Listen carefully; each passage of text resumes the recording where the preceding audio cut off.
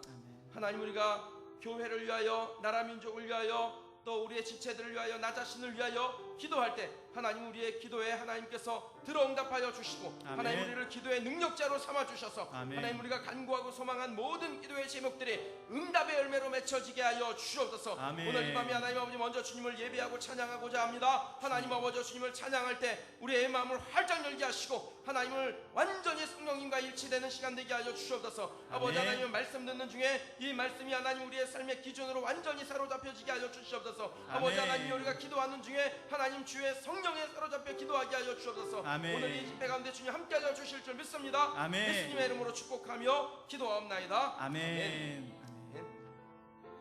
오늘 이 시간 하나님께 찬양하며 나아가길 소망합니다. 우리가 하나님께 나아갈 때에 하나님의 음성을 듣고자 그렇게 나아가면 하나님께서 우리에게 그분의 뜻과 그분의 계획을 알려주실 줄로 믿습니다. 오늘 이 시간 하나님의 뜻과 계획을 우리의 마음속에 새기는 그러한 시간 되기를 소망합니다. 함께 찬양으로 고백하며 나아가겠습니다.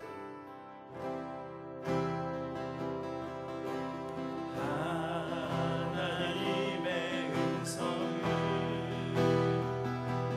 듣고자 기도하며 귀를 기울이시고 내 기도를 들어주신 하나님,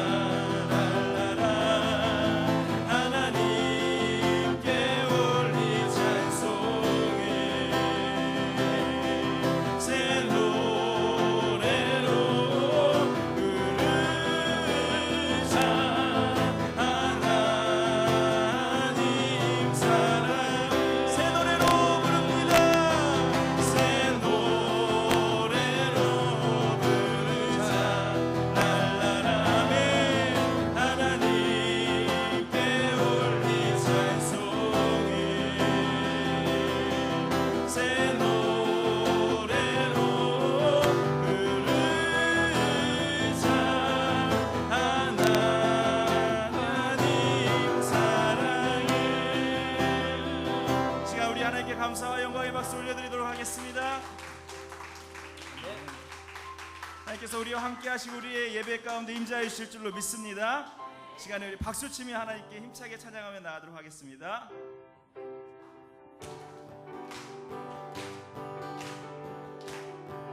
언제까지나 주님을 따라가는 저희들 되기를 소망합니다. 함께 찬양하며 나아갑니다. 그리 아니하실지라도 감사해요. 주님 뜻을 믿기 때문이죠. 그리 아니하실지라도 그리 아니하실지라도 사랑해요. 합력해서 선을 이루어요. 언제나 나를 향한 진실한 사랑, 우리를 향한 그 크신 사랑,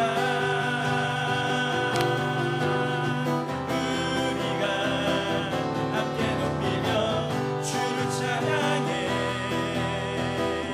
할렐루야. 하나님께 영광. 우리의 믿음을 고백합니다. 그리 아니하실지라도 아니하실지라도 감사합니다. 감사해요. 주님 뜻을 믿기 때문이죠. 그리 아니하실지라도 사랑합니다. 사랑해요. 합력해서 선을 이루어요. 언제나 나를 향한 진실한 사랑, 우리를 향한 그 크신 사랑, 우리가 함께 높이며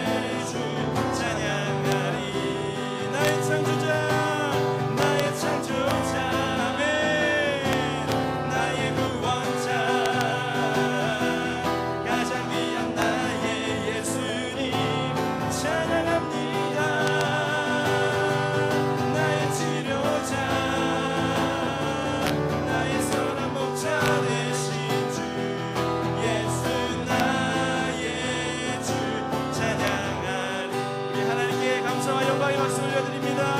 할렐루야. 주님을 찬양합니다. 주님 홀로 영광 받아 주옵소서. 주님 함께하여 주옵소서. 주님, 하나님께서 항상 우리의 길을 인도하여 주실 줄로 믿습니다. 믿음 가지고 나아가시는 저와 여러분 되기를 간절히 소망합니다. 우리의 길을 아시는 주님께서 어떠한 환난과 어려움이 우리에게 찾아온다 할지라도 이길 힘을 주시고 피할 길을 여시고 우리의 삶을 늘 이끌어 줄 줄로 믿습니다. 그 믿음을 가지고 우리 함께 찬양으로 고백하며 나아가겠습니다.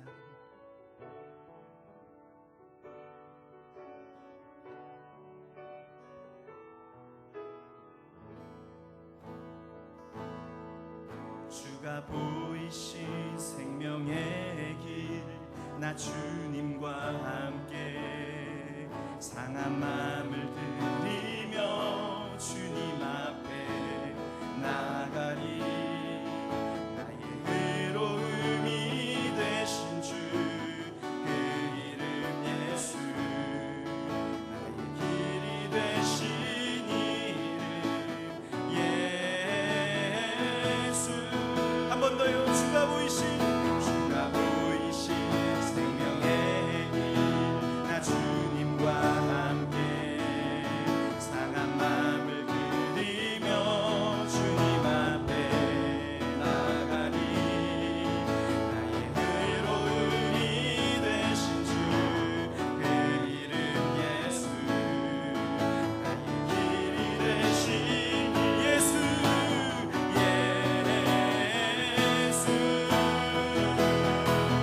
나의 길 오직 그가 하시나니 나를 단련하신 후에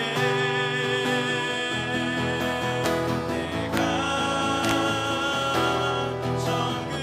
정금같이 나오리라. 주가 보이신 생명의 길, 나 주님과 함께 상한 마음을 들이며 주님 앞에 나가리. 나의 의로움이 되신 주, 그 이름 예수. 나의 길이 되신 예수님 예수. 아멘. 나의 길 오직 그가 하시나니 나를 단련하신 후에 내가 정금같이 나오리. 나의 길 오직 그가 하십니다.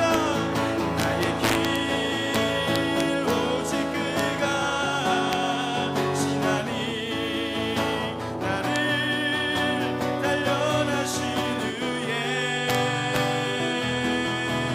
내가 정금같이 나오. 우리 마지막으로 두 손을 들고 찬양합니다.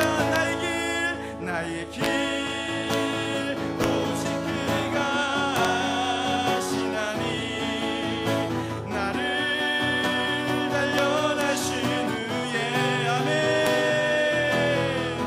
내가 정금같이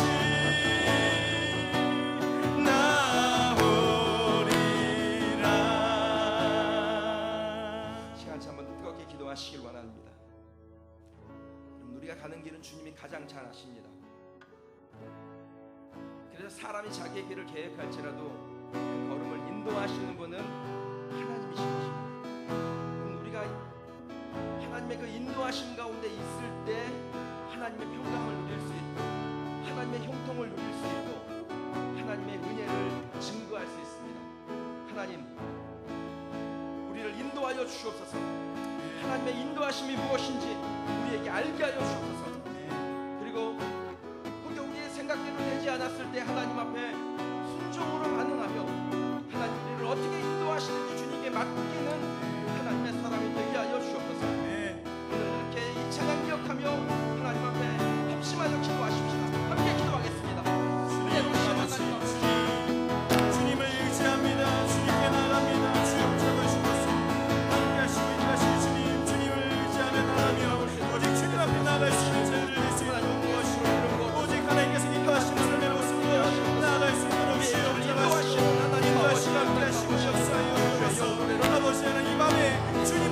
기도하기 위해 나왔습니다. 주님께 기도하기 위해 나왔습니다. 주님 도와주시고 인도하시사 하나님의 말씀을 우리에게 도와주시고 깨닫게 하시며 하나님의 내용을 충만하시므로 그래서 하나님을 하시고 기대합니다. 주님 도와주시고 인도하시고 아버지 인도하시옵소서. 주님 도와주시고 인도하시고 주님 오직 하나님 오시는 나가기 소망하오니 나의 길을 붙잡아 주시고 나의 길을 인도하시고 하나님의 능력의 오르시므로 아버지 주님 붙잡으시고 아버지 함께 하시고 도와주시고 붙잡으시고 주님 붙잡아 주셔서 주님 함께 하시고 도와주시고 인도하시고 붙잡으시고 주님을 기대합니다. 주님을 바라봅니다. 주여 아버지 아버지 오직 주님만 바라보며 아버지 주님 앞에 나아갈 수 있는 믿음의 사람 될 수 있도록 아버지 주님 붙잡으시고 인도하시고 그들을 지킬 아버지 간절히 소망하며 기도합니다. 주님 함께하여 주시는 역사하시며 우리의 삶을 붙잡으시고 하나님의 은혜와 능력과 사랑으로 충만하시고 채워주셔서 주님 붙잡으시고 이 말씀 듣기 전 한 가지 더 놓고 합심하여 기도하기를 원합니다. 하나님, 오늘 하나님 우리에게 주신 말씀이 있을 터인데 하나님 이 말씀을 들을 수 있는 믿음 주시길 원합니다. 하나님 우리의 귀를 열어주시고 우리의 심령과 마음을 열어주셔서 하나님 주의 말씀 받게 하시되 이 말씀이 하나님 살아계신 하나님의 말씀 생명의 말씀으로 내 가슴 가운데 들어오게 하여 주시옵소서. 그래서 이 말씀 부여잡고 하나님 앞에 기도의 자리로 나아가 하나님 그 승리하는 주의 백성 하나님의 백성 되기를 원합니다. 그렇게 이 시간 하나님 앞에 한 번 더 기도하십시다. 주님 우리에게 주의 아버지 주님 우리의 마음을 붙잡으시고 생각을 붙잡으셔서 주님께서 아버지 주님 일서 붙잡으시고 인도하시고 주님 인도하시고 부르시오. 주님 오늘 이 시간 말씀으로 주님이 하시며 용서하시옵소서. 우리의 마음과 생각을 땅하여 주시고 하나님 깨어 주님 보게 하여 주시며 하나님 주님의 영광의 부르심 앞에 서며 날마다 주님과 한 걸음 한 걸음 다 나아가게 주님은 원여 주옵시길 원합니다. 본능의 손으로 기름 부어주시고 하나님이여 하나님만 바라볼 수 있도록 믿음의 눈 열어주시길 원합니다. 주님만 더 바라보기를 원합니다. 내만 더 바라보기를 원합니다. 하나님의 영광에도 오롯이 앞에서 쓰임받기를 원합니다.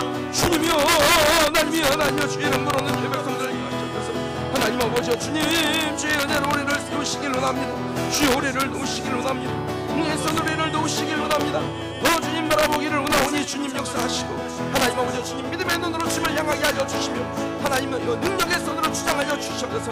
우리가 완전히 하나님 앞에 사로잡힌 바 되게 하여 주시고 하나님 주의 말씀 우리가 내들어와 살아있는 하나님의 말씀 생명의 말씀 되게 하시고 그 말씀을 붙잡고 승리하는 하나님의 백성으로 기름으로 사용하여 주시옵소서. 주님 그렇게 일하실 줄 믿습니다.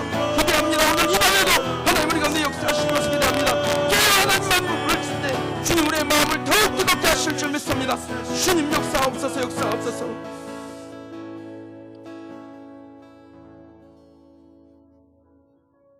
우리의 사랑의 대상이신 하나님 주님 사랑합니다. 하나님 우리가 믿음의 고백으로 주님 앞에 날마다 나아가기를 소원합니다. 우리의 약함을 아시고 예수 그리스도를 보내사 그 보혈의 피로 말미암아 우리를 정케 하시고 모든 죄인을 의롭다 칭하시고 하나님의 자녀 삼아주신 우리 하나님 그 하나님의 은혜에 감사하며 감격하며 살게 하여 주시고 하나님 세상의 허탄한 일에 우리의 눈이 가 있지 아니하며 오직 주님께로 우리의 시선이 모여지게 하여 주시옵소서. 하나님 오늘 이 밤에 하나님께서 우리를 기도하는 자리로 부르셨습니다. 단지 내 개인의 기도의 제목만 붙잡고 기도하는 것이 아니라 하나님 이곳에서 이 나라 민족과 하나님 세계 열방과 하나님 우리 지체들과 교회를 위하여 기도할 수 있게 하시니 감사합니다. 하나님 우리가 기도하는 중에 하나님 일하여 주시옵소서. 그 일을 행하시는 여호와 치어 성취하시는 여호와 하나님 우리는 부르짖기만 하면 하나님께서 그 부르짖음 가운데 응답하시고 우리가 알지도 못하는 크고 비밀한 일을 우리에게 보여주시겠다고 하셨사온데 하나님 주의 약속의 말씀 믿고 하나님 오늘 이 시간 주님 앞에 그렇게 일을 행하시는 여호와 그 일을 지어 성취하시는 하나님 앞에 기도하오니 하나님 우리의 기도에 일하여 주옵소서. 응답하여 주옵소서. 아버지 하나님 우리가 말씀 받기 원합니다. 하나님 말씀 받을 수 있도록 우리의 심령을 열어주시고 하나님 말씀 앞에 아멘으로 화답할 수 있도록 하나님께서 우리의 마음과 생각을 주장하여 주옵소서. 우리의 입술을 다스려 주옵소서. 아버지 하나님께서 하나님이여 이 자리에 참여하지 못했지만 하나님 소망하는 마음을 가지고 있는 주의 백성들을 감동하시고 감동하셔서 함께 모여 기도하는 자들이 늘어나게 하시고 모이기를 피한 어떤 사람들의 습관과 같이 아니하고 하나님 주님 오실 그날을 바라보며 계속해서 함께 모이는 주의 백성들 되기를 원합니다. 그렇게 우리가 하나님 앞에 소원하여 싸우니 하나님 우리의 소원대로 일하여 주옵소서.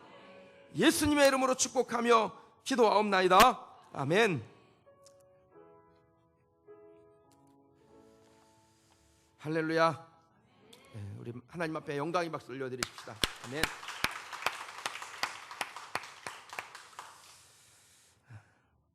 우리 정재성 전사님 청년들하고 MT 갔습니다. 박정순 목사님이 찬양 인도한다 그래서 같이 하자고 했어요. 한 사람이 하는 것보다 두 사람인 게 훨씬 더 좋잖아요. 다윗과 요나단 같이 했습니까? 네. 같이 말씀 보도록 하겠습니다. 학개서, 구약성경 학개서 1장 1절부터 11절까지 말씀입니다.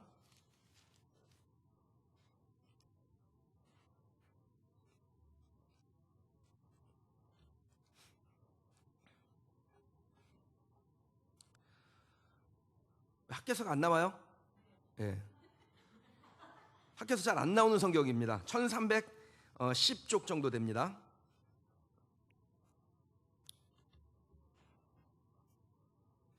학개서 1장 1절부터 11절까지 우리 한 절씩 교독하여 읽겠습니다.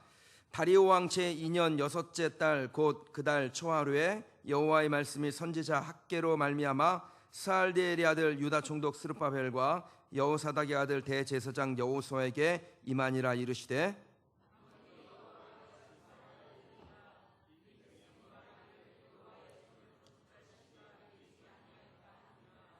여호와의 말씀이 선지자 학개에게 임하여 이르시되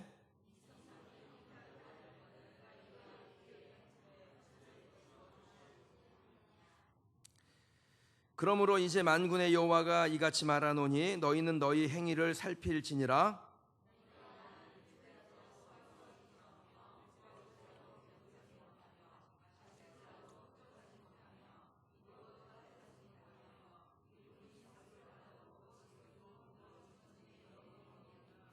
만군의 여호와가 말하노니 너희는 자기의 행위를 살필지니라.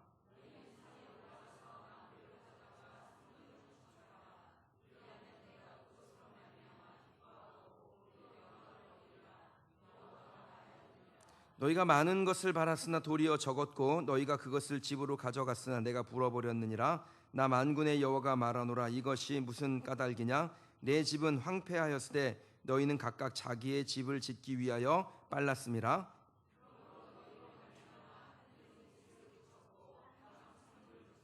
함께 읽죠. 내가 이 땅과 산과 곡물과 새 포도주와 기름과 땅의 모든 소산과 사람과 가축과 손으로 수고한 모든 일에 한재 들게 하였느니라. 아멘. 하나님께 구조 변경 요청하라 라는 제목으로 말씀 같이 나누도록 하겠습니다. 여러분, 이스라엘 역사에서 가장 큰 부흥을 경험했던 때는요, 다윗 이후에 가장 큰 부흥을 경험했던 때는 요시아라는 왕이 다스리고 있을 때였습니다. 이 요시아라는 왕은 원래 열왕기상 13장 2절에 이미 태어나기 전부터 예언이 되어 있던 사람이죠. 그 르호보암이 그 솔로몬 왕 아버지 솔로몬 왕의 그 실정을 이어받아서 여로보암이라는 사람이 그 반란을 일으켜 세운 나라가 북이스라엘입니다. 근데 북이스라엘에는 성전이 없잖아요. 그래서 성전 대신에 베델에다 큰 단을 쌓고 거기서 그 우상을 세워놓고 거기서 제사를 지냈습니다. 근데 그 여로보암의 베델의 제단에 올라가서 예언한 선지자가 있었는데 그 선지자가 뭐라고 예언하냐면 나중에 요시아라는 사람이 나타나게 될 거인데 그 요시아라는 사람이 이 제단을 다 허물어 버리고 그리고 하나님의 심판을 거기서 나타내리라, 이 예언이 있습니다. 이 예언의 주인공이었던 요시아라는 왕이 이스라엘을 다스릴 때, 유대를 다스릴 때가 다윗 이후에 가장 부흥했던 때였습니다. 영적으로 그리고 그 육적으로도 부흥했어요. 요시아는요, 우상 숭배가 그 뼛속까지 물들었던 이스라엘 백성들에게 무엇을 회복시키냐면 유월절을 회복시킵니다. 그러면 유월절 아시죠? 유월절이라는 게 뭡니까? 이스라엘 백성들이 가나안에 가기 전에 애굽에 머물 때 그 애굽에서 그 애굽에서 하나님께서 마지막 10번째 재앙을 주실 때 임방과 설주에 피를 바른 자, 어린 양이 피를 바른 집은 그냥 넘어갔습니다. 그래서 담을 넘는다 해서 유월이라 그래요. 그 유월, 피가 발려진 집은 살고 피가 발려지지 않은 집은 죽는다. 이게 유월절 안에 담겨져 있는 의미입니다. 그러므로 인해서 이 유월절, 피로 인해서 구원을 얻는다, 기독교의 굉장한 핵심 교리죠. 이 핵심 교리가 유월절 안에 담겨져 있는데 그 유월절을 회복시킨 왕이 누구냐? 바로 요시아였습니다. 하나님께 드리는 제사를 바로 세운 것입니다. 이스라엘 백성들이요, 하나님의 백성이 되게 한 놀라운 영적 부흥을 이 요시아 왕이 만들어냅니다. 그런데 안타깝게도 이 요시아 왕이 일찍 죽어요. 39살에 죽습니다. 애국과의 전쟁에서 요절하게 되고 그 이후에 이 이스라엘 백성들이요, 요시아 이전에 그 악했던 때로 되돌아갑니다. 근데 보통 사람들이 그런 경우가 있죠. 그러니까 마음 잡고 잘하다가 갑자기 확 뒤틀리면은 예전보다 더 막 나가는, 저 사람 좀 양심이 사라졌나 봐, 이렇게 생각될 만큼 막 나가는 사람들이 간혹 있는데 이스라엘 백성들이 그랬다는 겁니다. 하나님의 방식대로 살지를 않은 거예요, 이 사람들이요. 그 결과가 뭘까요? 70년 동안 바벨론으로 끌려가가지고 거기서 포로 생활하는 것이었습니다. 우리가 바벨론 뉴스라고 하는데 국가적으로, 영적으로, 민족적으로 완전히 치욕을 당하는 시절이었습니다. 예루살렘 성전 다 무너지고 성벽도 무너지고, 그리고 백성들은 사로잡혀서 바벨론의 포로로 잡혀가서 거기서 노예처럼 사는 겁니다. 그럼 이스라엘 백성들이 그 포로 생활하는 동안에 뭐가 없냐면 성전이 없어요. 성전이 없으면 뭐가 없습니까? 제사가 없죠. 제사가 없으면 하나님과의 관계가 끊어지게 됩니다. 제사도 없고 예배도 없고, 그럼 이스라엘 백성들은 존재 가치가 없는 거예요. 왜냐하면 이스라엘 백성들이, 하나님께서 이스라엘 백성들을 부르실 때 이들에게 주신 사명이 뭐냐? 제사 지내라고 부르신 거예요. 그래서 제사장 민족이라고 그러지 않습니까? 제사 지내는 게 이스라엘 백성들의 사명이에요. 근데 그 성전이 없고 제사가 사라졌으면 존재의 가치가 없는 겁니다. 여러분, 우리가 그리스도인을 향하여 뭐라고 부르냐면 영적 이스라엘이라는 표현을 많이 쓰지요. 그리고 우리가 천국을 향해 나아가는 것을 영적 가나안을 향해 나아간다라는 표현을 쓰지 않습니까? 저나 여러분이나 영적으로는 이스라엘 백성들이에요. 그러면 영적으로 이스라엘 백성들은 무엇이 가장 소중해야 되냐? 하나님 앞에 예배하는 것, 제사, 영적인 제사를 지내는, 거룩한 산제사로 주님 앞에 나아가는 것이 여러분 그리스도인들이 가장 소중한 것입니다. 그럼 예배를 생명처럼 여기시길 바랍니다. 여기 가정 예배 드리다가 중간에 그만두신 분 있죠? 제가 확인해 보니까 우리 교회 지금 제가 일단 확인한 걸로는 한 7가정 정도가 아직까지 한 번도 안 빠지고 개근을 한 걸로 알고 있어요. 근데 여러분 괜찮습니다. 지금까지 하다가 놓쳐가지고 가정 예배 멈췄어요? 오늘부터 다시 하세요. 내일부터 다시 하십시오.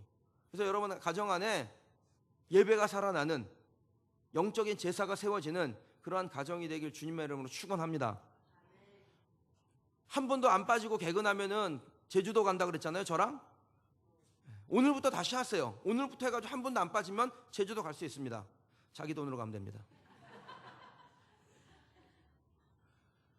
여러분, 우리는 영적인 이스라엘 백성들이죠. 그래서 예배 없으면, 거룩한 산제사가 없으면은, 그리고 우리 교회 안에 예배가 가장 소중한 가치가 되지 못하면 우리 교회는 그냥 친목단체에 불과한 거예요.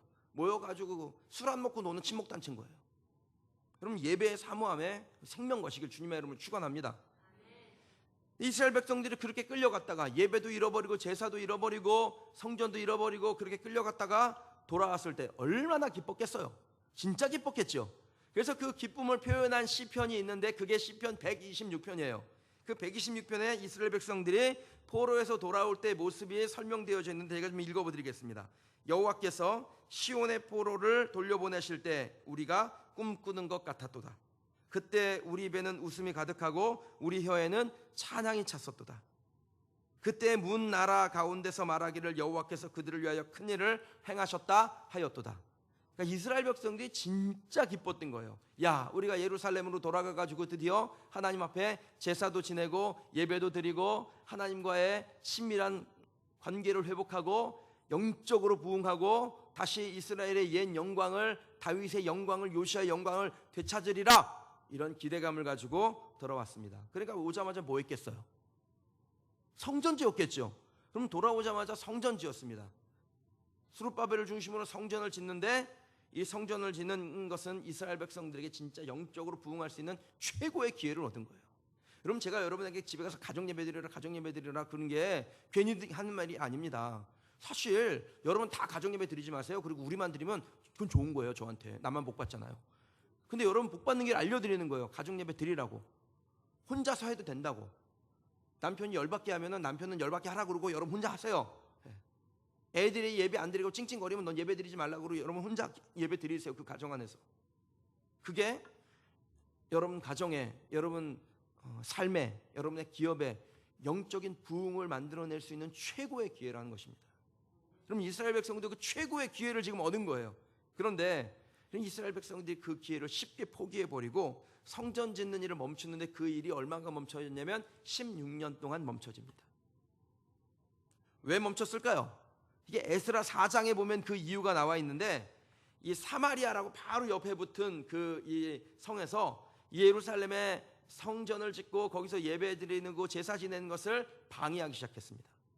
영적으로 부흥하고 이 예루살렘이 예전의 영광을 얻는 것을 사마리아 성이 싫어해서 방해를 하는데요, 이스라엘 백성들이 그 환경에 그들을 억압하고 핍박하고 누르는 그 환경을 이기지 못하고 거기에 굴복하고 성전 짓는 것을 멈춰버렸다는 거예요. 그럼 예배를 회복하는 일에는 반드시 방해가 따르게 되어 있습니다. 예배를 드리려고 하면 꼭 부부싸움 할 일이 생겨요. 예배만 드리려고 하면 꼭 애들이 사고를 칩니다. 속상하게 하는 일을 만듭니다. 이도저도 아니면 예배 드리려고 하면 꼭 전화 와요. 받을까 말까 받아가지고 괜히 막 수다 떨다가 내일부터 예배 드려야지. 그러고서 넘어갈 때가 많지요. 여러분, 그게 괜히 일어나는 일이 아닙니다. 그게 다 마귀가 역사하는 거예요. 왜? 우리가 예배하는 예배 공동체, 영적인 제사 공동체가 되면 하나님의 복을 얻게 되고, 하나님의 복을 얻는 것은 마귀가 가장 싫어하는 일이니까 예배 드리지 못하게 한다는 거예요. 여러분, 예배의 생명을 거셔야 됩니다. 여러분, 잘 기억하세요. 환경에 지면 하나님의 역사도 없습니다. 여러분이 환경을 이기셔야 돼요. 속상하게 하는 남편, 속상하게 하는 아내, 나의 마음을 상하게 하는 아들, 내게 주어진 모든 이런 마음에 들지 않는 모든 그런 상황들, 이런 것들을 이겨내고 예배 자리로 나아간 사람이 영적으로 부흥할 수 있는 최고의 기회를 얻게 되는 겁니다. 이스라엘 백성들은요, 그 예배에 대한 열정이 없었어요. 성전을 짓고 하나님 앞에 제사 공동체가 되어야지 하는 그 열정이 없는 거예요. 사마리아 사람들은 열정이 있습니다. 얼마나 열정이 있었는지 아세요? 이 사마리아 사람들이 성전 건축을 방해하는데 고레스 왕 때부터 다리오 왕 때까지 뇌물과 협박과 관계를 그치지 않았다라고 그랬습니다. 대단한 사람들이에요. 예루살렘에 성전 세워진 걸 방해하는데 얼마나 열심히 방해를 했는지 모릅니다. 왕이 직접 볼 수 있도록 예루살렘에서 성전 짓고 또 반역을 일으키려고 그런다고 막 모함을 해서 편지를 왕에게 보내는데, 상서를 쓰는데 왕이 직접 볼 수 있도록 아람 문자로 보냈다 그랬어요. 사랑하는 성도 여러분, 만일 여러분이 하나님의 일을 하려고 할 때 누군가가 열정을 가지고 방해를 한다면 여러분은 그 열정보다 더한 열정으로 거기에 맞서서 싸우셔야 됩니다. 만일 여러분의 삶에서 원수 사탄 마귀가 여러분을 미워한다면 여러분이 할 일은 뭡니까? 그 원수 사탄 마귀가 우리를 미워하는 것보다 더 큰 미움으로 그 마귀 하는 일을 미워하는 거예요. 그 마귀를 저주하는 겁니다. 죄가 여러분을 방해한다면 그 죄가 여러분을 방해하는 것보다 10배, 20배 더 많이 그 죄를 미워하고 방해하는 것이 저와 여러분이 할 일인 줄 믿습니다. 안타깝게도 이스라엘 백성들에겐 그 열정이 없었던 거예요. 어려운 환경을 만나니까 이스라엘 백성들의 반응이 어땠는지 한번 보시겠습니까? 2절 한번 보시죠. 2절 함께 읽어보겠습니다. 시작. 여호와의 전을 건축할 시기가 이르지 아니하였다 하느니라. 그러면 성전을 지어야 되는데 이스라엘 백성들이 지금 뭐라고 말하냐면 지금은 때가 아니니라. 지금은 때가 아니에요. 지금은 기도할 때 아닙니다. 지금은 우리가 이렇게 모여서 예배할 때 아닙니다. 지금 우리 교회가 그 정도 할 수 있는 능력이 안 됩니다. 그냥 그러고 밀고 있는 거예요. 여러분, 하나님이 마음을 주셨을 때, 그 하나님 마음을 주셨을 때 그때가 가장 좋은 때인 줄 믿으시기 바랍니다. 강단에서 하나님께서 말씀을 주시잖아요. 그러면 그 말씀 주실 때 괜히 주신 것이 아니라 하나님께서 나를 영적으로 부흥시키려고, 우리 가정을 변화시키려고, 뭔가 새로운 일들을 만들려고 하나님이 하나님의 말씀을 강단에서 설교를 통해서 혹은 성도들에게 권면을 통해서 주시는구나, 이렇게 받으셔야 된다라는 거예요.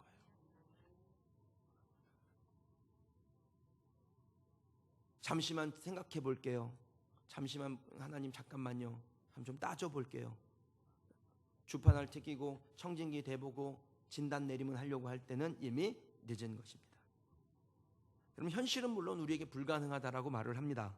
그러나 사실 그 불가능해 보이는 거를 가능하다라고 하나님께서 이미 말씀하셨죠. 능력 주시는 자 안에서 너희가 무엇이든지 할 수 있느니라 말씀하신 하나님이 계시다고요. 그럼 우리가 볼 때 뭐 불가능할 것 같아, 이거 안 될 것 같은 거예요. 근데 그 안 될 것 같은 걸 보면서 우리 마음 가운데 무슨 말씀이 떠올라야 되냐면, 할 수 있거든이 무슨 말이냐? 능력 주시는 자에서 능히 하지 못할 일이 없느니라, 이 말씀이 우리 마음 가운데 떠올라야 되는 것입니다. 내게 능력 주시는 자에서 내가 무엇이든지 할 수 있느니라, 이 말씀이 내 가슴 속에서 떠올라야 된다라는 겁니다. 그럼 이스라엘 백성들은 지금은 때가 아니니라 라는 말로 상황을 정당화시키고 얄팍하게 자기의 유익을 구하는 하나님의 백성답지 못한 행동을 합니다. 저는 저와 여러분들이 하나님의 백성다워지기를 주님의 이름으로 축원합니다. 우리 교회가 하나님의 백성들이 모이는 교회가 되기를 축복합니다. 여러분, 이 하나님의 성전 짓기를 거부한 이들에게 찾아온 결과가 뭐였을까요? 이런 핑계대고 저런 핑계대고 하나님의 성전 짓지 않고 예배드리지 아니하고 뒤로 미루는 이 사람들에게 찾아온 결과가 있지요. 그게 뭐겠습니까? 2절을 다시 한번 보실까요? 함께 읽겠습니다. 만군의 여호와가 이같이 말하여 이르노라, 이 백성이 말하기를 여호와의 전을 건축할 시기가 이르지 아니하였다 하느니라. 아멘. 그럼 여기에 보시면요, 이 이스라엘을 향한 하나님의 호칭이 나와요. 하나님이 뭐라고 부르세요? 이스라엘 백성들은 뭐라고 부르십니까?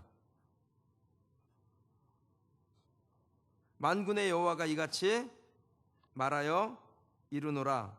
그리고 백성들을 향하여 호칭을 하나 붙이죠. 뭐라고 부릅니까? 이 백성이라고 부르죠. 이 백성. 여러분, 하나님의 백성은 이 백성이 아닙니다. 하나님의 백성은 하나님이 어떻게 부르시냐면 내 백성이라고 부르세요. 내 백성이라고 부르십니다. 그런데 하나님의 성전 짓기를 거부하고 영적으로 회복되기를 거부하자 내 백성이 되어야 될 이스라엘을 향하여 하나님 뭐라고 부르시냐면 이 백성이라고 불러요. 이 백성이라고. 그리고 그 다음에 뭡니까? 그들의 경제 원리가 무너져 버립니다. 성전의 건축을 연기한 이유는 뭡니까? 경제적인 이유 때문이죠. 성전 짓다가 허리 휠까봐 못 짓겠다는 겁니다. 그런데 하나님을 향해서 아까워한 그들에게 하나님이 똑같이 아까워하시는 하나님으로 임하시는 거예요. 그들의 경제 원리가 무너지기 시작합니다. 아끼고 모으면 남는다, 이게 경제 원리 아니에요? 여러분, 열심히 일하고 안 쓰고 아끼면 모인다, 이게 사람이 가지고 있는 경제 원리죠. 근데 하나님께서 이 경제 원리를 붕괴시켜 버리는 것을 이스라엘 백성들이 경험하게 하셨다는 겁니다. 보실래요? 6절 한번 읽어보시죠. 함께 읽겠습니다. 너희가 많이 뿌릴지라도 수확이 적으며 먹을지라도 배부르지 못하며 마실지라도 흡족하지 못하며 입어도 따뜻하지 못하며 일꾼이 삭을 받아도 그것을 구멍 뚫어진 전대에 넣음이 되는. 아멘. 많이 뿌렸음에도 불구하고 적게 거두게 됩니다. 많이 먹었는데 배부르지가 않습니다. 많이 벌어도 남는 게 없어요. 이게 무슨 현상입니까, 여러분? 사람이 가지고 있는 경제 원리가 파괴되어지고 무너지는 일을 이스라엘 백성들이 경험하게 되는 것입니다. 경제 원리라는 것은 많이 심으면 많이 나는 겁니다. 그게 경제 원리죠. 그러나 하나님의 백성이 하나님의 백성 되지 못했을 때 어떤 일이 일어나느냐? 경제 원리가 무너진다라는 거예요. 이거 진짜 무섭게 들으십시오. 우리가 하나님의 백성인데 하나님의 백성다워지지 않는다면 하나님께서 행하신 일이 뭐냐? 내 백성에게 주시는 복을 주시지 않는 겁니다. 그러면 하나님의 지키심이 없고 인도하심이 없으면 경제가 무너져요. 하나님의 말씀을 듣기보다 사람의 말 듣는 것을 좋아하여 하나님의 말씀을 거역하면 여러분, 땅이 저주를 받습니다. 그런지 안 그런지 한번 보시겠어요? 창세기 3장 17절인데 제가 한번 읽어볼게요. 아담에게 이르시되 내가 내 아내의 말을 듣고 내가 내게 먹지 말라 한 나무의 열매를 먹었은즉 땅은 너로 말미암아 저주를 받고 너는 평생에 수고하여야 그 소산을 먹으리라. 땅이 내게 가시덤불과 엉겅퀴를 낼 것이라. 아담이 하나님의 말씀 듣지 아니하고 사람의 말을 듣고 하나님의 말씀에 순종하지 아니하고 범죄했을 때 어떤 일이 일어나냐면 땅이 저주를 받습니다. 그 당시에는 경제는 땅을 통해서 만들어져요. 지금은 뭐 경제가 굉장히 복잡해지니까 제조업도 있고 서비스업도 있고 금융업도 있고 다양하죠. 근데 그걸 한마디로 통틀어 뭐라고 하냐면 그걸 보고 땅이라 그러는 거예요. 그 땅에서 만들어지는 것들이 황폐해진다라는 거예요. 그 땅이 우리가 하나님의 말씀에 순종하지 않냐고 거역하여 범죄하면 그 땅이 저주를 받습니다. 내 땅이 저주를 받는 거예요. 내 산업이 저주를 받아요. 그래서 겉보기는 좀 멀쩡해 보이는데 많이 뿌렸는데도 불구하고 나질 않아 열매가요. 많이 거둔 것 같은데 다 어디로 갔는지 모르겠어요. 뭔가를 많이 먹은 것 같은데 늘 배고파요. 허전해요. 그것이 바로 하나님의 말씀을 거역한 이들에게 하나님께서 행하시는 일입니다. 그러면 아담이 진정 귀를 기울여야 될 것은 하나님의 말씀이었습니다. 그런데 이 아담이 하나님의 말씀에 귀를 기울이지 아니하고 아내의 말, 사람의 말을 들었지요. 그것을 보고 죄악이라 그러는 거예요. 그리고 그 죄악으로 인해서 땅이 저주를 받습니다. 그러니까 여러분들 이제 이거 진짜 무섭게 잘 들으셔야 됩니다. 하나님께서 우리에게 자녀를 주셨을 때 그 자녀를 향하여 하나님 뭐라고 말씀하시냐면 여호와의 주신 기업이라 그랬습니다. 그럼 우리 부모가, 제가 부모님도 신앙생활 잘하세요. 다음 세대들 위해서 부모들이 신앙생활 잘해야 됩니다 하는 이유가 뭐에 있습니까? 걔네들의 신앙은 걔네들의 신앙이 아닙니다. 여러분, 부모하고 다 연결되어 있는 거예요. 우리가 하나님 앞에 범죄하게 되면은 하나님께서 우리에게 땅으로 주신, 기업으로 주신 자녀들이 저주받아서 그 자녀들에게서 뭐가 나오냐? 엉겅퀴가 나오고 가시덤불이 나온다라는 거예요. 이게 하나님의 말씀입니다. 이스라엘 백성들은 성전을 회복하고 건축하는 것에 그 하나님의 말씀에 집중하지 못했습니다. 그냥 백성들 중에 아주 머리가 비상하고 상황 판단 잘하는 몇몇 사람들이 경제적 이유로 하나님 전짓기를 연기하자라고 말했을 때 외적의 침입도 있잖아. 경제 사정이 어려운데 여기 쓰고 저기 쓰고 그러면 남는 것도 없고 사정이야 빤한데 나중에 지어야지 지금 어떻게 지어? 일리가 있죠. 그럼 일리 있는 말에 이스라엘 백성들이 귀를 기울이고 하나님의 말씀에 순종하지 않게 되니까 어떤 일이 일어나요? 내 백성이 이 백성 되고 그들의 경제 원리가 무너지게 된다는 겁니다. 그럼 이스라엘 백성들은 현실적인 사람의 말보다 하나님의 말씀 듣기를 사모해야 했습니다. 그렇게 하지 못하면 그게 죄악인 것입니다. 그러면 땅이 저주를 받습니다. 땅이 저주를 받으면 사람의 경제 원리가 무너집니다. 여러분, 이 하나님의 방식은 지금도 똑같이 일어납니다. 변함이 없어요. 우리가 하나님을 버리면 하나님은 우리를 흔들어 우리의 가지고 있는 원리를 무너뜨리는 일들을 하세요. 때로는 건강을 흔들기도 하시고, 제가 이거 괜히 협박하는 거 아니에요. 이거 협박하는 거 아니에요. 이거 진짜 이건 저 자신에게도 하는 말씀이니까. 하나님이, 우리가 하나님 앞에 순종하지 않으면 하나님이 우리를 흔들어요. 어떨 때는 건강을 흔들 때도 있고, 어떨 때는 자녀를 흔들 때도 있고, 어쩔 때는 우리의 경제를 흔들 때도 있고 흔들어옵니다. 그래서 무너지게 하는 것입니다. 하나님보다 돈 버는 것이 우선되면 고생만 죽도록 하다가 남는 것 하나도 없게 되는 거고, 신앙교육보다 애들 학교 교육을 더 중요하게 여기면 과외비만 축내다가 결정적인 순간에 픽 하고 미끄러지게 되는 거죠. 하나님께서 이스라엘 백성들에게 너희는 자기 소위를 살펴볼지라 그렇게 말씀합니다. 니들이 행동한 것 좀 한번 보라는 거예요. 하나님 우리에게도 그렇게 말씀하지 않으시겠어요? 니네 소위를 살펴라. 니네 한 일을 제대로 한번 살펴봐라. 하나님이 중요했어? 아니면은 너의 취미생활이나 네가 가지고 있는 어떤 가치관이나 스타일이나 이런 게 중요했어? 하나님 우리에게도 동일하게 물어보신다는 겁니다.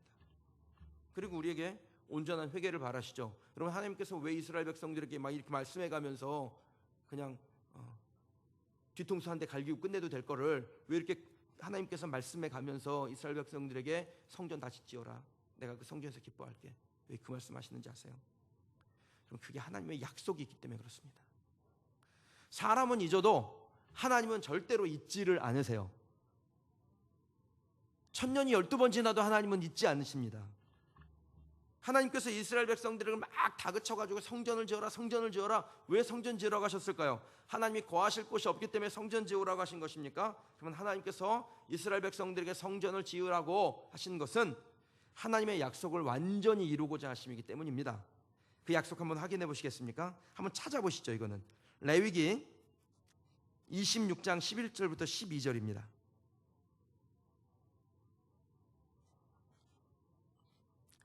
레위기 26장 11절 12절.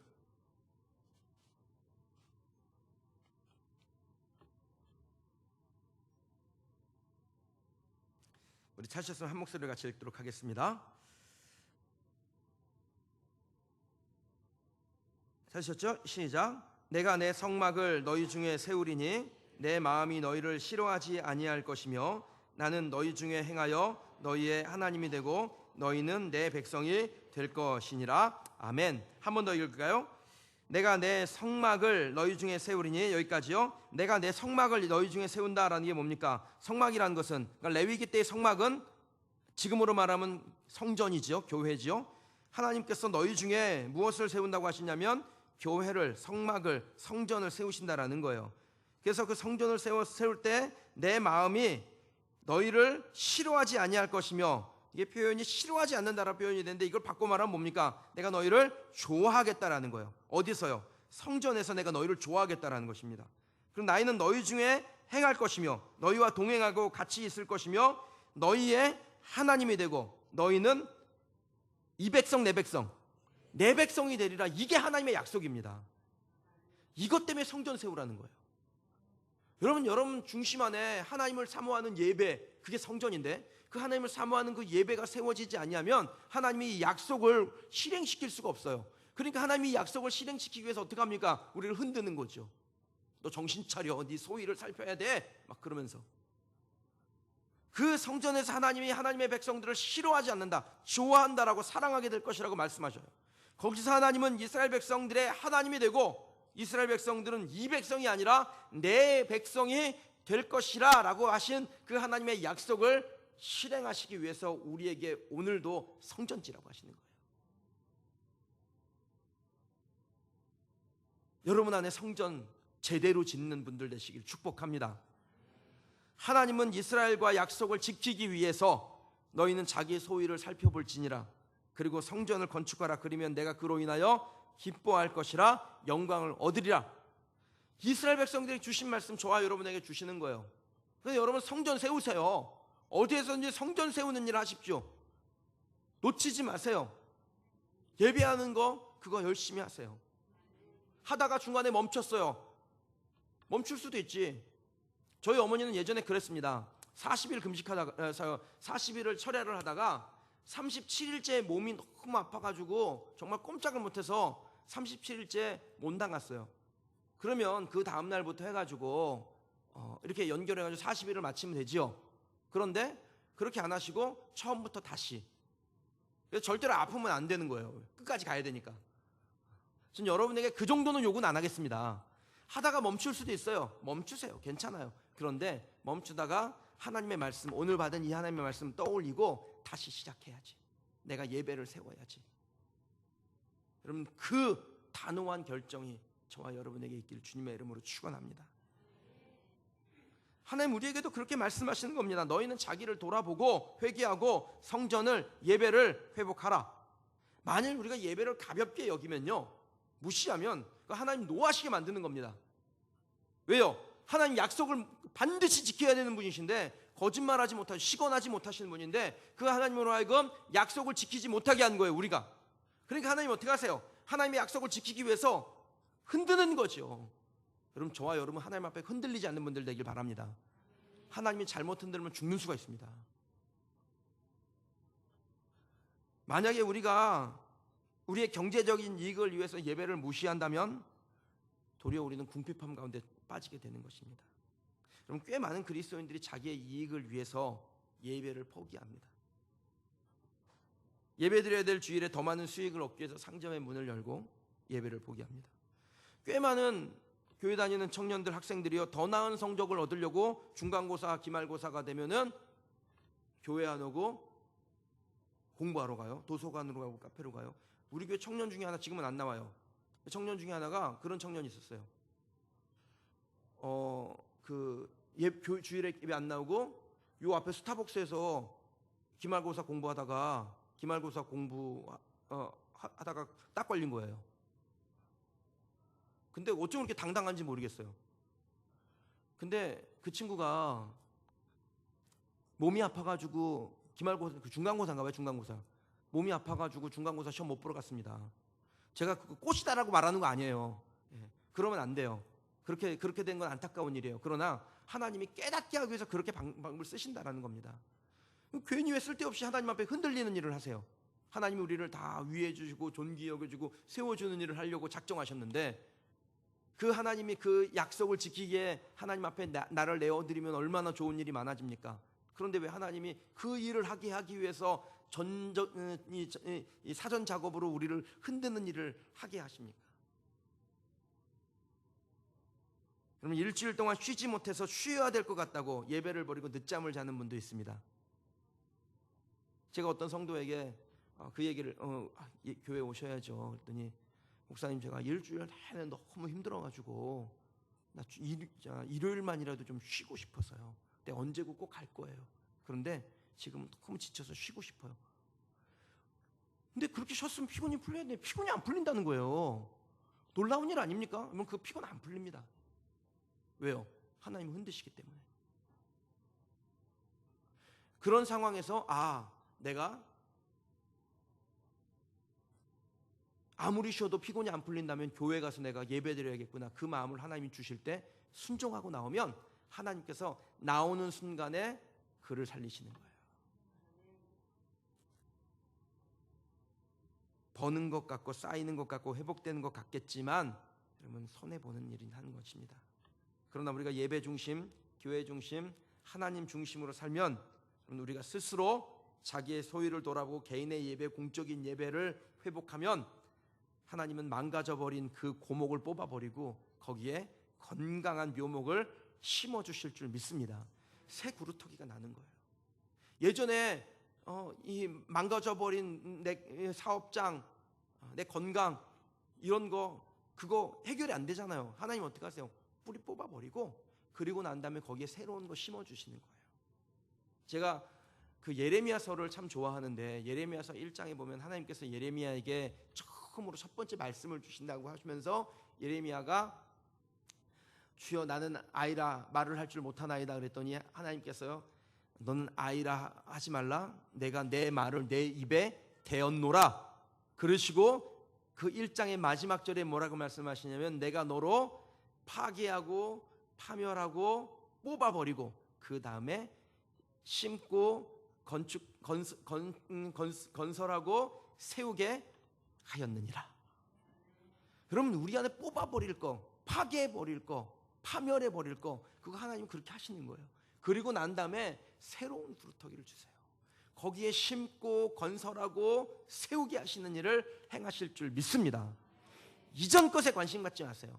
하나님께서 눈만 열어주시면, 남들이 보지 못한 것만 보게 하시면 기가 막힌 일이 우리의 인생 가운데 일어납니다. 제가 우리 아이들을 위해서, 청년들을 위해서, 우리 다음 세대를 위해서 기도하는 게 뭔지 아세요? 하나님 눈 좀 열어주세요. 남들이 보지 못하는 것 좀 보게 해주세요. 그럼 그 아이폰 만드는 사람, 그런 사람이 뭐 대단해서 그거 만든 겁니까? 남들이 생각하지 못한 걸 생각한 거 아니에요. 남들이 생각하지 못한 것만 생각하면 놀라운 일을 하게 되는 것입니다. 근데 하나님께서 그 일을 행하게 하신다라는 거예요. 영혼이 잘되고 범사가 잘되는 기막힌 하나님의 법칙을 경험할 수 있게 됩니다. 적게 심었는데도 많이 거두게 되고, 놀라운 일이죠. 많이 먹지 않았는데도 배부르게 되고, 많이 벌지 못했음에도 우리의 자루가 철철 넘치게 되는 하나님의 다이나믹한 능력을 저와 여러분이 경험하게 되길 주님의 이름으로 축원합니다. 예배를 회복하기로 결정하고 그렇게 함께 기도하기에 이 자리에 오신 사랑하는 성도 여러분, 여러분이 세상의 경제학으로 이해 못할 하나님의 경제학을 경험하게 되기를 주의 이름으로 축원합니다. 그 마음으로 구하십시오. 뭘 구하시냐? 하나님 내 인생 가운데 구조 변경해 주십시오. 그렇게 구하세요. 아파트 구조 변경하면 어떻게 됩니까? 편리해지죠. 여러분, 우리가 하나님 앞에 예배 회복하고 하나님을 전심으로 찾고 그리고 난 다음에 하나님께서 우리의 구조를 변경해 주시잖아요. 삶이 편리해져요. 얼마나 하나님 앞에 유익한 삶이 되는지 모릅니다. 내 남편이 변화되고 내 자녀들이 변화되고 내 아내가 변화되고 우리 부모님이 바뀌고 그리고 무엇보다 내 자신이 바뀌어서 하나님께서 우리를 사용하기에 편리하게 되고 우리도 인생을 사는데 편리한 것을 발견하게 되는 겁니다. 그거 요청하시기 바랍니다. 오늘 그거 요청하십시오. 하나님, 나의 구조를 변화시켜 주십시오. 내 인생의 구조 바꾸어 주십시오. 그렇게 하나님 앞에 구하시는 여러분 되시기를 주님의 이름으로 축원합니다. 하나님 앞에 예배를 사모하겠다, 내가 예배 회복하겠다, 그거 하나님 앞에 오늘 한 번 더 서약하십시오. 그거 서약하셔야 됩니다. 그래야 이길 수 있습니다. 그런 변화가 일어납니다. 그럼 가정 예배 드리려고 하니까 무슨 애들 붙들어 놓고 남편 붙들어 놓고 아내 붙들어 놓고 막 한 30분씩 1시간씩 그렇게 예배 드리라고 하는 줄 아는데 그거 아니에요, 여러분. 진짜 쌓이고 쌓이는 거예요. 오늘은 아무것도 은혜 안 받은 것 같아요. 그런데 그게 쌓이고 쌓이는 거예요. 매일 하루에 10분, 5분 찬양하고 누군가가 기도하고 그리고 그 말씀을 나누고 너는 깨달은 게 뭐냐, 나는 깨달은 게 이건데 이거 하고 그리고 그 깨달은 말씀 붙잡고 기도하고. 근데 그게 쌓이고 쌓이는 거예요. 그게 365번 쌓이면 그럼 이 한 해가 바뀌어지게 되는 겁니다. 내년이 구조 변경 되는 거예요. 그거 하나님 앞에 구하신 여러분 되시길 원합니다. 오늘도 다시 한번 시작해 보십시오. 시간 같이 한번 좀 기도하실 터인데요. 하나님, 우리에게 하나님께서 예배를 사모하는 마음 가지라고 하셨습니다. 하나님, 오늘 주신 말씀이 괜히 주신 말씀이 아니요 하나님께서 우리에게 주신 하나님의 생명의 말씀인 줄 믿습니다. 우리에게 다시 한번 깨닫고 우리 소위를 살피고 돌아오라고 말씀하신 하나님의 음성으로 듣기를 원합니다. 그렇게 하나님 앞에 시간, 지난 삶을 한번 회개하는 시간 갖고 하나님, 내가 새롭게 하나님 앞에 살기를 원합니다. 결단하는 시간 가지십시다. 하나님 앞에 예배를 회복하는 사람 되겠다고 우리의 마음을 다시 한번 하나님 앞에 확정하는 시간이 되기를 원합니다. 이 시간 주의 이름 3번 부르고 들은 말씀 놓고 하나님 앞에 기도하겠습니다.